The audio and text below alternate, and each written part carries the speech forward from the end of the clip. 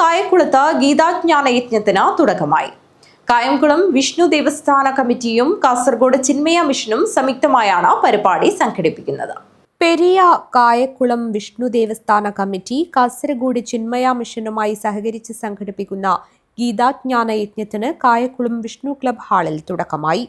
March 3 വരെ വൈകുന്നേരം 7 മണി മുതൽ 8:30 വരെ ഭഗവത്ഗീത 17-ാം അധ്യായം ശ്രദ്ധാത്രയ വിഭാഗ യോഗവും രാവിലെ 6:30 മുതൽ 7:30 വരെ ശങ്കരാചാര്യ വിരചിതമായ സാധനാ പഞ്ചകവുമാണ് പ്രഭാഷണ വിഷയം. പാലക്കാട് എടത്തറ ചിന്മയ മിഷനിലെ ബ്രഹ്മചാരി അഖിലേഷ് ചൈതന്യയാണ് യജ്ഞാചാര്യൻ. യജ്ഞത്തിന് തുടക്കം കുറിച്ച് ആചാര്യ വരവേൽപ്പ് നടന്നു. ചെന്നൈ മദ്രാസ് സംസ്കൃത college retired principal doctor TPR Namboothiri യജ്ഞം ഉദ്ഘാടനം ചെയ്തു. ഒരു മഹാഭാഗ്യം, അതുപോലെ മഹത്തായ പുണ്യകാര്യം ഇതുപോലൊരു ഗ്രാമപ്രദേശത്ത് നടക്കുന്നതെന്ന് പറയുന്നത് നമുക്ക് ഇന്നത്തെ കാലത്തിന് വളരെ ആവശ്യമാണ്. അതുപോലെ തന്നെ ഇതിൻ്റെ നേട്ടം എന്ന് പറയുന്നത് തലമുറകളിലേക്കും എത്തും. അപ്പോൾ ഇതിൻ്റെ സംഘാടകർക്കാണ് ആദ്യം ആ ദൈവാധീനം ഉണ്ടെന്നുള്ളതിന് നമുക്ക് പ്രത്യേകം ഒരു അഭിനന്ദനം കൊടുക്കണം. അതുപോലെ തന്നെ ചെന്നൈ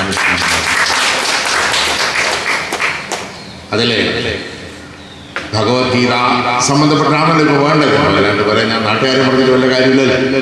ഗീതാജ്ഞാന യജ്ഞം എന്ന് പറഞ്ഞാൽ അതിൻ്റെ ഉദ്ഘാടനത്തിന് ആ ഗീത എന്താണ് അതിൻ്റെ ഉദ്ദേശം നമ്മളിപ്പോൾ കേട്ടിട്ടുണ്ടാവും. അർജുനനെ കൃഷ്ണൻ ഉപദേശിച്ചു കൊടുത്തതാണ്.